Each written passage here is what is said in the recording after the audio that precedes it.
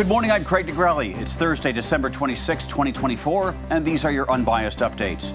A plane crash in Kazakhstan leaves more than 24 people dead, but there are survivors. The latest on the investigation into why the passenger plane went down.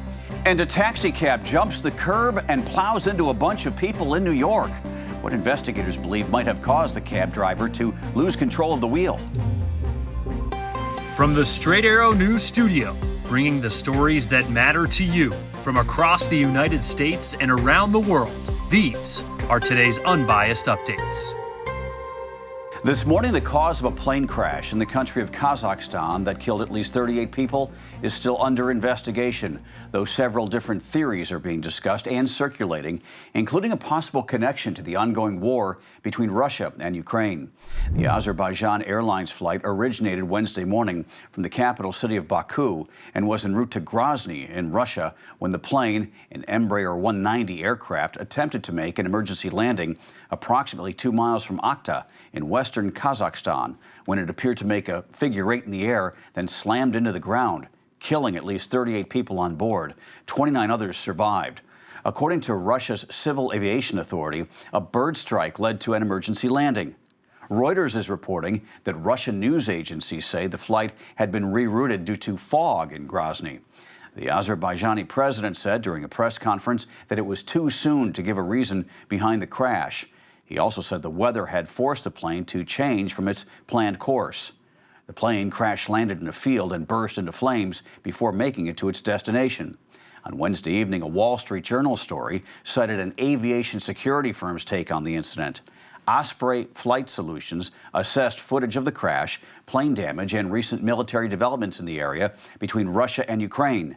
The UK-based firm said the flight was, quote, likely shot down by a Russian military air defense system. Just hours before the crash, Russia's defense ministry downed 59 Ukrainian drones in the region. The chief intelligence officer of Osprey Flight Solutions said, quote, video of the wreckage and the circumstances around the airspace security environment in the southwest Russia region indicates the possibility the aircraft was hit by some form of anti-aircraft fire. A Ukrainian national security official gave a similar viewpoint on X, saying the plane was shot down by a Russian air defense system, citing visible damage to the plane. The official said Russia should have closed the airspace over Grozny. Though Russian President Vladimir Putin has given his condolences to the victims, Russian officials have not yet responded to the remarks and theories. Reports say the cockpit recorder has been recovered as Azerbaijani and Kazakh authorities launched their investigation. There were 62 passengers and 5 crew members on the flight. Now to more developments in the region. Ukrainian President Zelensky says Russian forces launched a, quote, inhumane Christmas Day attack on Ukraine's power grid. Zelensky said more than 70 missiles, including ballistic missiles, and more than 100 drones targeted the energy infrastructure in Ukraine. He said Ukrainian air defense systems intercepted more than 50 missiles and most of the drones, but some facilities were still hit, causing power outages in various regions of Ukraine. The Russian attack on the power grid left hundreds of thousands of Ukrainians without heat in very cold temperatures. Ukrainian forces say they launched an airstrike against a Russian command post in Elgov, part of the Ukrainian-occupied areas in the Kursk region. The acting Russian governor of Kursk said at least 4 people died and 5 more were hurt in the attack. Russian forces say they shot down a Ukrainian drone in the North Ossetia region. Debris from that air battle caused an explosion and a fire at a shopping center, leaving 1 person dead.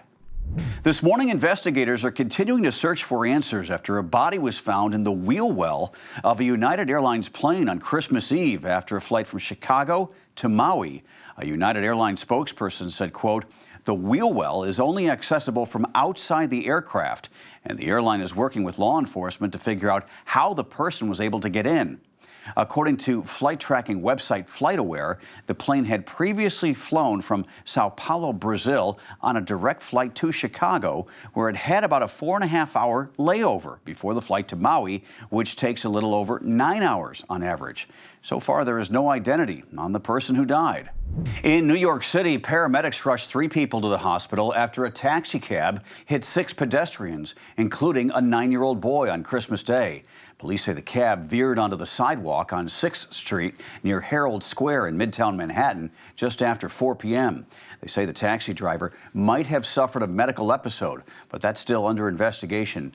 No charges or citations have been filed as of now.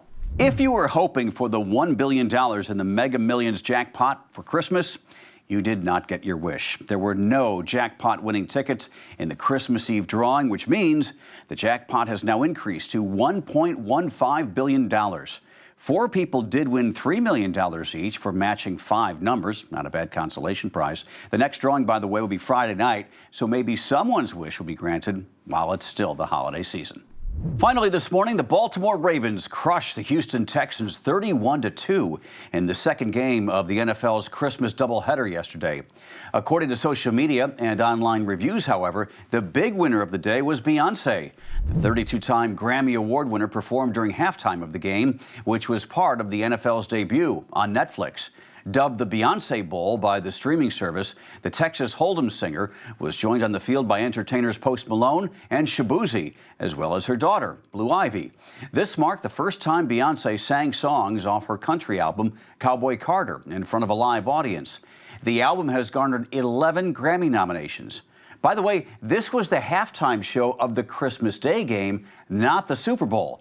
That one will be performed by Kendrick Lamar.